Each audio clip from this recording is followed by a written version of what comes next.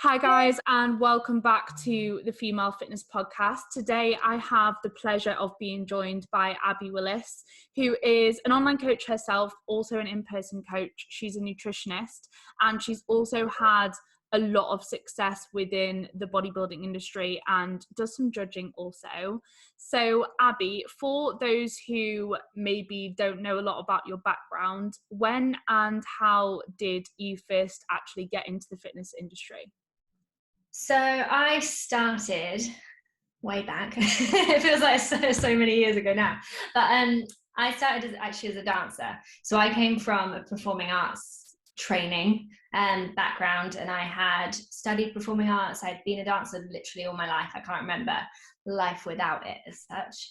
I went into professional training, and I enjoyed maybe my first year, and then I hated it. I absolutely hated the industry. I hated what I was getting myself into, even though my entire life had been this passion, this drive for dance. Before you go professional, you don't understand the industry. You have no idea what you're really getting yourself into. So when I started training for that, I realized all the bad things about becoming a performer, becoming a dancer. There was a lot within training regarding, I'm so sorry. I've got Miss Rue here, who's being an absolute nightmare today.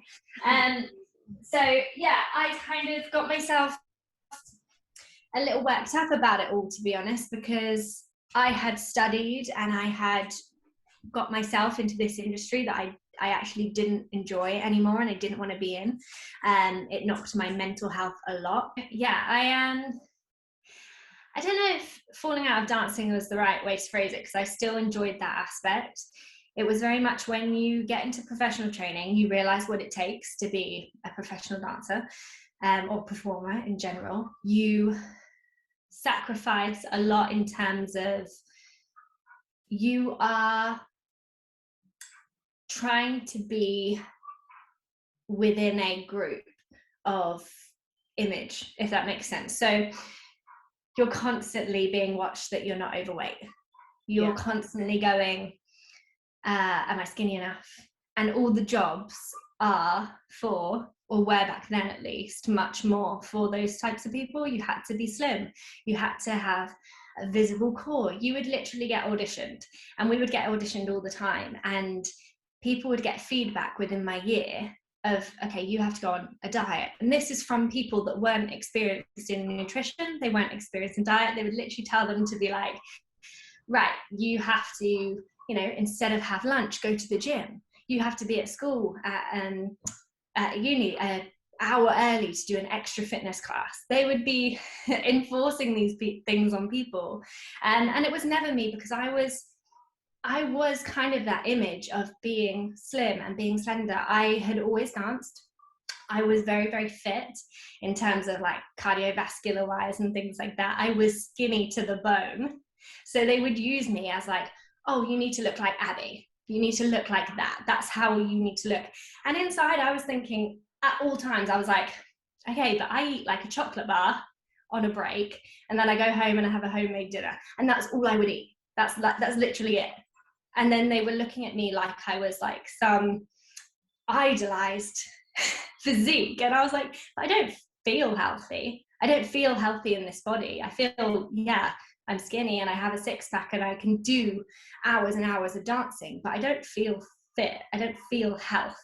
And I was like, it didn't agree with me at all. I was like, I don't believe in that. I don't believe in that at all. And that's kind of what shocked me, in the sense of, you realize how strict it is, and then you have that pressure on your shoulders. I then constantly had this pressure to be this certain weight or this certain look.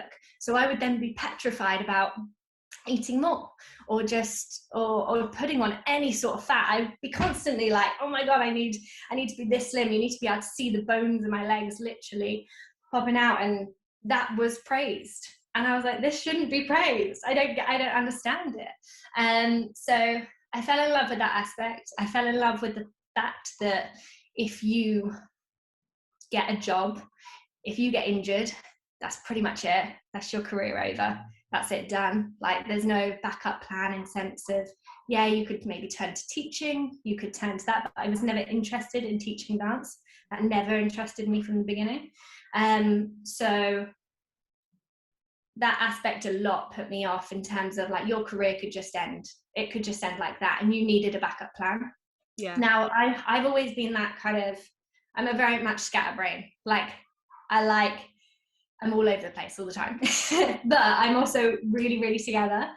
In the fact, I think about every single avenue all at once. So whilst I was training, I was like, I need a backup plan. I need another career that I could potentially go down that isn't dance, if this doesn't work out for me, or if I get injured in the future. So whilst I was training, I did a PT course, because obviously I loved fitness, and I loved the fitness side of uni.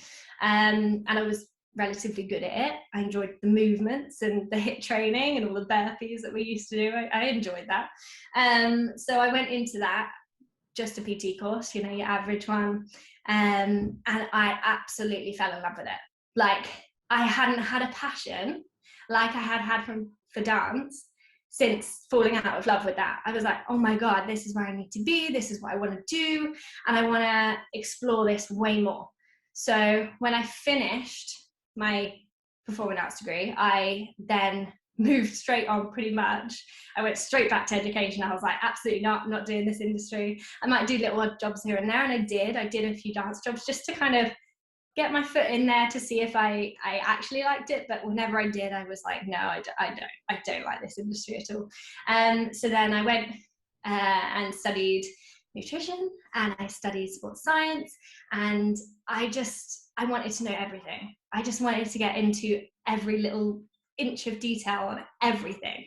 Like, I love education, I love learning. So for me, that was it. That was kind of the real turning point of like, this is what I was meant to do, instead of this is what I thought I was meant to do. Because in my mind, what I thought I meant to do was dance. But actually, as I grew up and I grew into it, I was like, no, this is where I feel good, and I feel like I can make a real big difference to other people's lives, not just my own. So that's how I kind of got into that industry, long-winded way. Yeah. when did you actually start like resistance training? Was it then when you made that transition into PT and started studying a little bit more, or did you start resistance training prior to that? So I did it as I started the PT course. So before that, I'd done all like the HIIT workouts, and you know, we would always have fitness in the morning. And then I moved on, when I started my PT, to then start actually picking up some weights and realizing how to do it and knowing how to do it. And then in my final year at uni, they did have a gym, but only the guys used it. Only the guys on the course and on the performing arts course that ever used it. And I was pretty much the only other girl that was in there after I'd done my PT course, using this equipment, like still very new to it, you know, not really. I don't think you have a full understanding of lifting after doing a personal training course. It's very basic. Yeah, I completely agree. But they're a great starting point, and I think that people take the piss out of PT courses a lot, like, but yeah, I do think it's a good starting point, and it's a good baseline level of knowledge for people to have before they then go on to build on that and put things into practice. Yeah, you never really, especially during that course, you never actually understand what it's like to work with someone, like with a physical body in front of you that's not also into fitness, because everyone on your course that you're kind of doing these assessments on, they're generally into fitness already, or they're quite fit and they can move relatively well. And then you get someone that has never stepped in a gym before, and you're suddenly personal training them, and you're like, what? You don't know how to squat? I mean, I have to teach you that now, of course, but you don't actually get that side of training very much whilst you're training on a general PT course. No? Yeah, exactly. I agree. And that's another reason I think it's so beneficial for people to do some gym floor PT, at least for a period before moving online. I mean, not everyone agrees with that, but I think it's a beneficial thing to do personally. I honestly know people, and I hope they're not listening to this, but people on like my sports science, that I would trust less than some PTs I know that have just done a PT course or just done online courses. I would trust them less with a client of mine. And that's things like huge, because that's, you know, that's a uni level qualification. But honestly, I would not refer people to them. Yeah, it's really interesting. And from there, so you've done your PT course. When did you first get into competing, and how long did it take you to actually win your first show? So I went to see a bodybuilder show. That was my first ever kind of experience of it. One of the people on my personal training course was into bodybuilding, and they said, hey, do you want to go and watch the show with me? I had no idea what it was. I literally hadn't got a clue. Like, I completely oblivious to bodybuilding at this point on a competing level of it. I knew what bodybuilding was, but actually stepping on stage. So they invited me, I went along, and it was a UK BFF show. It was in Portsmouth. And then I saw the women up there, and like gathered at this point, I was still really, really slim. I had no muscle mass. I was just skinny. And I looked at these women that stepped on stage in the bikini category, and I was like, holy crap, I want to look like that. Like, how feminine and strong they looked. I was like, they're so shapely and they've got muscle. And I was like, I want to look like that. That's insane. I need to do that. And I think that's a lot of the thing that drove like my nutrition and all of that. Because I was so interested on how to do it and how to do it well.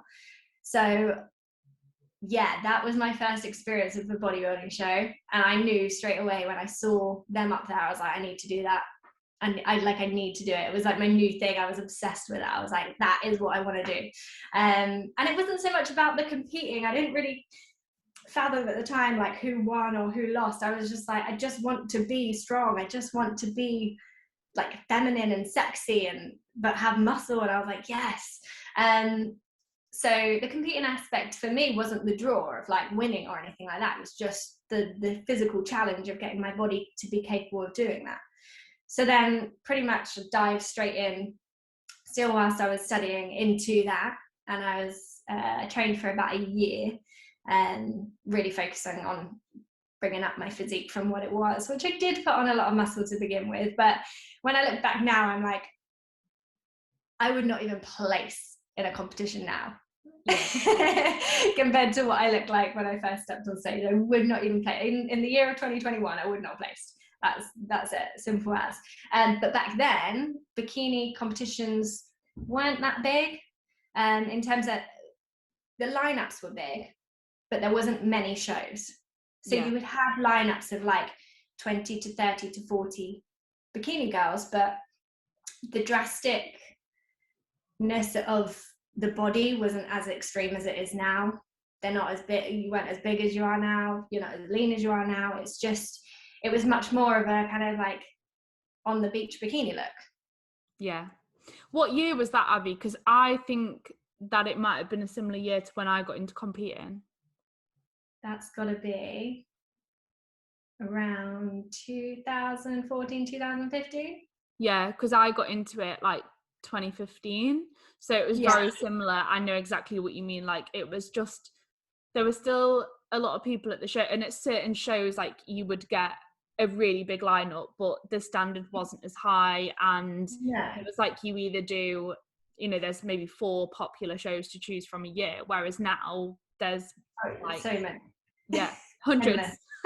Yeah, literally endless. And I think it wasn't even that the standard wasn't high, it just the standard wasn't set to what it is now, but it was set to what it was back then. It was just, you know, it wasn't as extreme. And even if you look at like back in that year, Miss Olympia and stuff, they look nothing like they do now. I think that's just because we've got such a better understanding and kind of a drive for female bodies to be good, not just normal, but like good in terms of bodybuilding. And it's actually found its place, because if we think about it, bikini bodybuilding is relatively new. It's not that old in comparison to bodybuilding, classic bodybuilding, figure, all of that came way before bikini did. And so I think it's only probably just in the past 3-4 years really found its feet. Yeah, as a criteria and as a actual category. definitely. Yeah. And I think, people are always going to push the extremes, and the standard is always going to get higher every year. And there's obviously more drug use and things like that now, which mean that the extremes are pushed. So there's a lot that comes into it, but the criteria is definitely different now to what it was. And looking back on your time competing so far, what is your proudest achievement? For me, my goal when I first started was literally, like I said, just to compete and see what my body was kind of capable of doing. And then that kind of consistently stayed with me throughout. And it was a very natural progression with the industry because of my achievements from the shows. Like I would win one show and then you'd get invited to the British and then you would get invited to this and that, and it kind of just carried me on. I didn't mean to kind of do it for so long almost. I was kind of just doing it once to see if I could do it, and then it kind of just carried me through. Biggest achievement would be definitely getting to the Worlds within GBO, and getting that kind of sponsored chance to compete internationally and on an international stage, and then being out there with those girls in America and standing on that stage was just baffling to me. I was like, how did I end up here? From where I started, how the hell did I end up here on this stage with like I think there was 34 the first time that I did the Atlas, and I was like, I'm so overwhelmed, I'm so confused, but I'm also so proud because I did put the work in and I did take my time to progress. I took every bit of feedback and every bit of work that I physically could have done to come back better each time. So yeah, it's probably definitely that first time that I got there. Yeah. And that's like, you've achieved so much through your career, like you should be proud looking back. And like you said, you did put the work in to achieve what you did. And so when did you actually last step on stage, and how has your training changed since then? So I last stepped on stage in 2019. And again, that was just a continuation of the rest of kind of my progression in the industry. And since when I did that 2018 show out in America, because I placed so highly, they invite back the person as like a wild card from whatever country if you do place within that top kind of 3 position. So they invited me back straight away, again, fully funded for 2019. So I kind of had no option but to do it again. I did, of course, you always have a choice, and I'm very, very respectful of that, but I could not turn down that offer. I was like, no, I need to come back and see if I can do it again, really. So that's kind of where I left it, 2019, and then coming out, reverse diet, and we then hit lockdown. So training wise, I reversed out the show because this was right at the back end of 2019. So this is in December anyway. Reversed out the show, training was going amazing. I was getting like back into kind of my strength cycles and stuff within the gym, and then lockdown hit in March. So I didn't have any weight at home. Like I had a few dumbbells that go up to 4.5 kg, and that was it.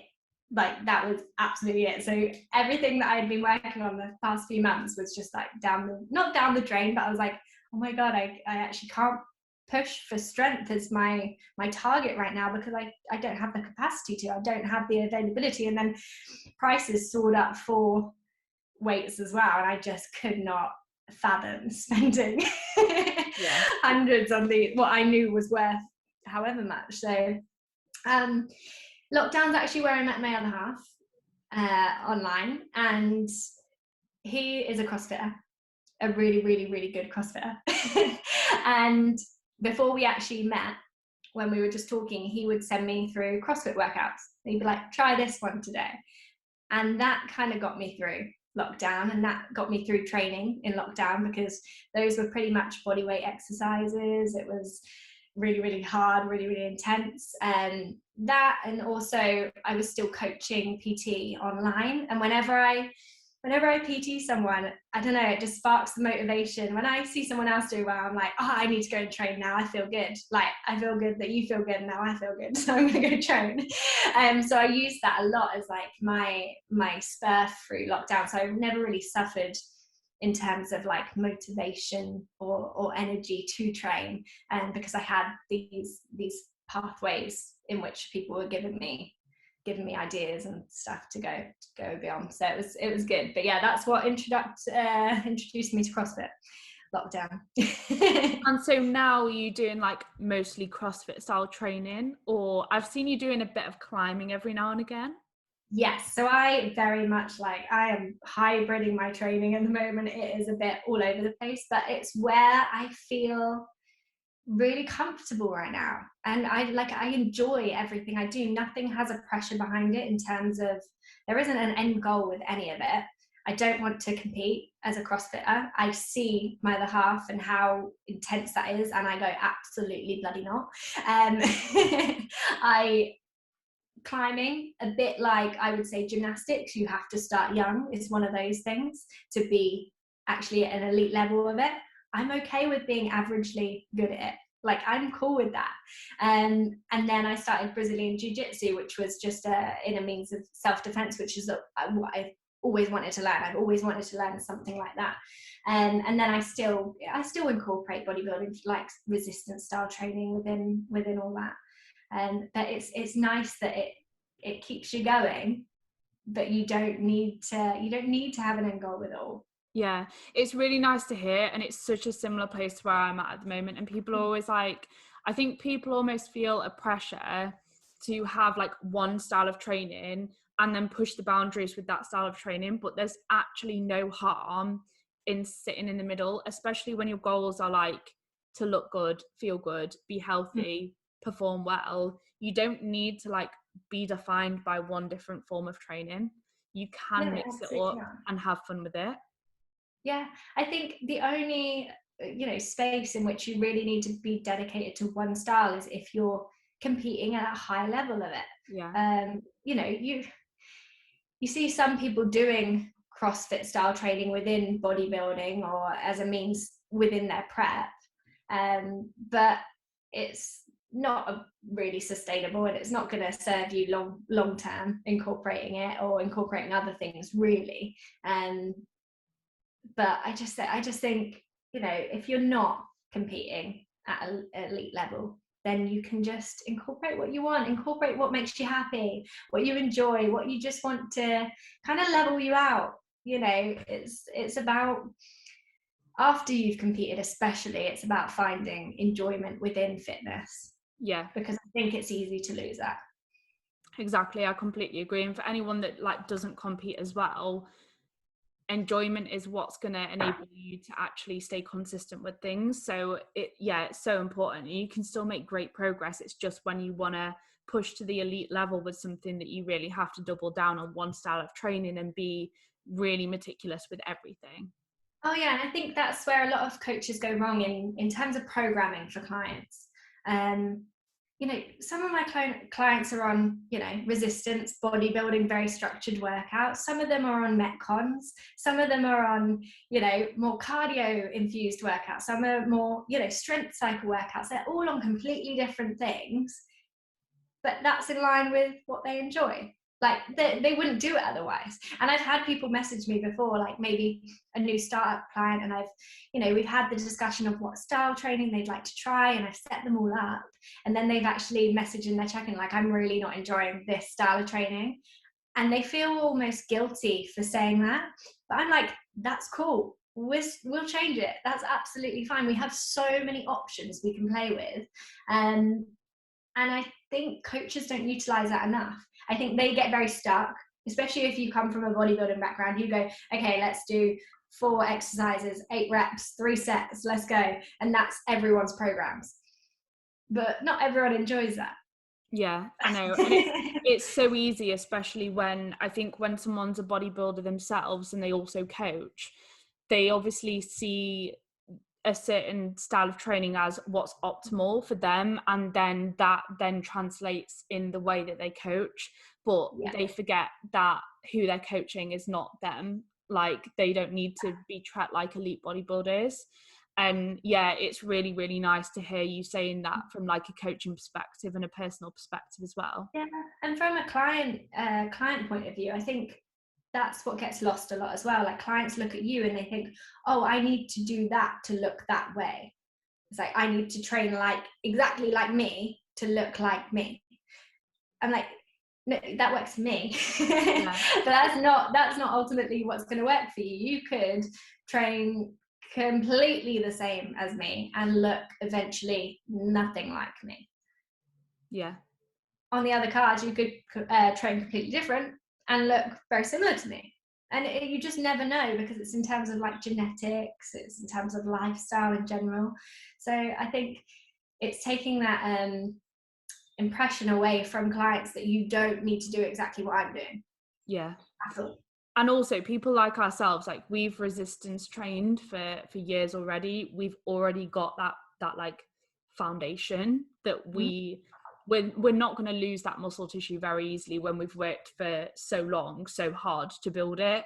So our method of training now might not be the best style of training for like hypertrophy, and that's not what got us to how we look like now. So that's something for people to like bear in mind as well when they're looking at other people's physiques who may train a certain way now. That doesn't mean that's what like built their physique either. No, absolutely not. And so in terms of nutrition, what does your nutrition look like now, and how much has that changed since when you used to compete? So I probably like yourself, I don't know, but throughout my preps I always dieted slightly differently. Like when I first dieted, it was very much meal plan. Like I had a meal plan and I just ate that, but that was really, really important at the time because I wasn't eating enough. Like I didn't understand the concept of eating enough. I didn't understand what it was like to fuel your body well. I just thought, you know, the less I eat, the skinnier I'm gonna stay, and I'm gonna keep my abs as such. So I really needed that meal plan. I needed that real structure to make me eat more. Like that was what was making me eat more. It was making me eat actually enough. And then throughout my years competing, I eventually just went on to If It Fits Your Macros during prep. And my last few preps were kind of If It Fits Your Macros. But I relatively ate the same thing every day because it was easier. You just get like, I get addicted to meals. Like there'll be some months that I love pasta and there'll be some months that I love pizza. And I just incorporated that in there. But it was very much daily and quite consistent anyway. But yeah, by my last preps, I was If It Fits Your Macroing as such. And then after that, as I reverse, I bring it up pretty swiftly. I don't bounce straight back to maintenance. I come to like a halfway point and then go back to like a maintenance level. I'm quite fortunate, I guess, in development phases. I can eat a lot of food, but that's always been my problem. I've always needed more food because I come from being very, very skinny. And I think that as well is the misconception of fitness. Sometimes we're constantly looking at this as like a weight loss journey, where for some people, and actually a lot of people, it's not at all. It's like a muscle building, body composition change journey. It's not just about weight loss. And I think we actually miss out respecting a lot of people's goals in that instance, because I think the focus is like, oh, I've come from whatever weight down to now this weight, and it's actually like, I'm forever trying to put on weight, especially in my development season. I'm forever trying to eat more and put more muscle on, and because my job is active, because I am naturally more active, because I have got an athletic physique, I find that a lot harder. That's always been my struggle as such in a development phase, is actually putting on weight. Which, you know, to some would seem like a dream, but it is just as frustrating when you're not losing weight. So sometimes I find prep easier because I lose the weight relatively quickly. I lose the fat relatively quickly. Off season, I'm like piling in these calories to not see a budge on the scale, and I'm like, for God's sake. But now I think it's easy to maintain kind of the physique I'm at, because I'm so active, because I open myself up to these other sports and these other types of programming and training. My expenditure is quite high because of my job, because I'm on my feet a lot, and I can have my calories pretty damn high and maintain a nice kind of normal, where I naturally like to sit. I feel healthy, I feel full, I feel fit. I'm not trying to stuff my face in, I'm not trying to pull it back, I'm not in a deficit. So yeah, now it's much more mindful, if you want to dive into that. And I keep my habits of, you know, having well proportioned meals, having 3 to 4 kind of sufficient meals a day, but it's not tracked. I don't track it, I don't calorie track, I don't do any of that anymore. But it takes a long time to get to that space. And I don't think that's something people, or a lot of people, could do straight away if they're going on any fitness journey. I think mindful eating is a complete dive into the unknown. And if you have no knowledge of food and how it works, you can't really make those mindful choices, because you haven't got a clue what. You've got to remember, some people don't know what a carb is still. Like, we don't get taught this that much at like little school. Like, I have new clients come to me all the time, and I talk about macros, and they're like, Abby, what's a macro? And I'm like, oh my God, you remember? You're like, not everyone knows this. No, this is not common knowledge to the entire population.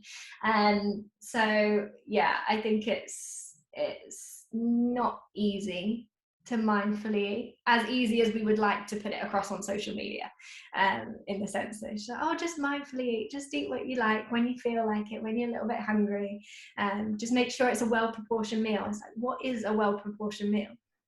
How do I know what that is if I don't know what a carb is, if I don't know what a fat is? So I think, yeah, that's like a whole nother podcast. Yeah. So do you feel like your time sort of tracking your food, following a meal plan at times, training consistently, really hard for, you know, in a structured way, in maybe a more structured way than what you do now, contributed to how easy it feels to maintain where you're at the moment? Yeah, absolutely. Without that, I wouldn't have this physique. I wouldn't look like this.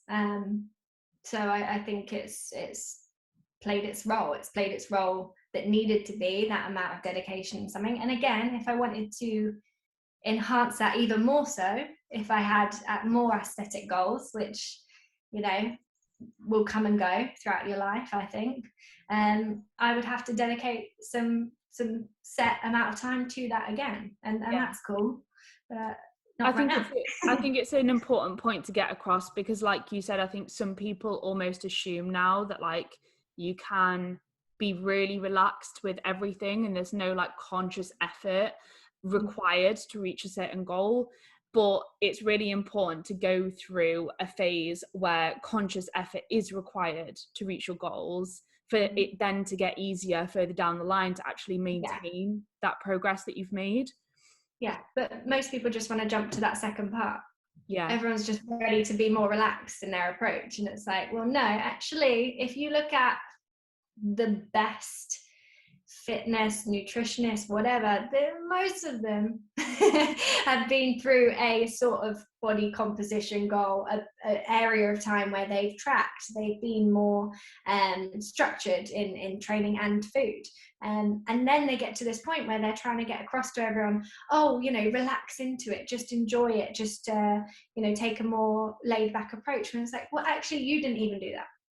You went through, because we all have to learn. We're like, you can't learn from someone else's experience. You can acknowledge it and you can go, oh, maybe I don't want to experience that, fine. But if you want to change your body, you have to go through it. You have to learn what parts suck in terms of being more restricted, and then you can come out of it. And like you said, you can then have that less forced effort approach. But people want to jump to that second bit far too quickly. Yeah, and obviously, like, we're not saying that you have to be as extreme as like a competitor or anything, but it's just the point that like conscious effort is required to get to a goal, and then once you've achieved that goal, you can get to a point where things will feel a lot easier. And it's just like education. I look at it like that. You spend these years of like really forced focused study on something to achieve a qualification, and then you generally go into a job role that's around that thing that you're experienced in, and you can talk about it way more easily, and you don't have to keep up constant education. It's good to keep diving in there, but it's not like you have to continue doing that. It's way more laid back, and that's the same thing. So you spend that time being really, really, really focused, studying all the time, being really concentrated, making that your number one priority, and then you reap the rewards of it afterwards. Yeah, I think that's a really good analogy. And something I wanted to ask you, because I think this is quite a common misconception for a lot of people when they first set themselves goals. For you, does being leaner equate to you being happier? No. Especially for me, because I always want to be bigger. I want to build muscle. I constantly, especially since I started CrossFit, I see these girls like their legs and their shoulders and their upper. I'm like, oh my God, I want that so bad. Like, I just want to build muscle, and I want to constantly feel strong. And obviously when you're in the peak of prep, when you're at those like last few weeks, you do not feel strong. You are very, very lean. You have, prep brain and all of that, which definitely exists. I just think absolutely not. I am happy that I achieved that goal, and I saw the capability of what my body can do, but I'm like, I am so ready to pack on muscle. I'm so ready to actually do a heavy squat again, or a heavy lift or whatever. I'm like desperate to have like Brazilian legs. If we could say that. I admire like the shaped category and things like that, because I'm like, that's the goal. I completely agree. And I think that often when people sort of set themselves goals, they focus a little bit too much on thinking that making themselves leaner is going to make them feel happier, when in reality they should set themselves goals based more on how they feel, how they perform, how confident they are, and their quality of life, as opposed to just trying to get as shredded as possible. Yeah. And I think again, maybe it's social media, maybe it's just what you surround yourself with, but people's perception of lean is very different depending on who you hang around with, what you follow on Instagram, what's in your family, what's in your friends group. So people's perspective of lean is so different. You can think one person's lean, but then you'll see like a competitor literally stepping on stage and be like, oh my God, they're not even lean, like they're lean.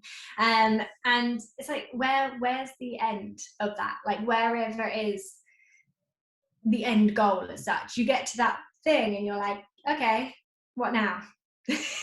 Yeah. It's like, I can't get any leaner, I can't lose any more body fat. Now I have to either sustain it, which I've been on a program which isn't sustainable, I'm not enjoying. I'm having to put all my priorities in that basket, in the sense of training maybe 6-7 times a week to get to that body composition. And you're like, well, yeah, I can't keep this up. I need to do something else. And I feel like with having a more strength orientated or health orientated is a big one for me, it's a never ending goal, in the sense that it's not never ending in the fact that you're not getting leaner and leaner and leaner, but this is for the rest of your life. You can continue doing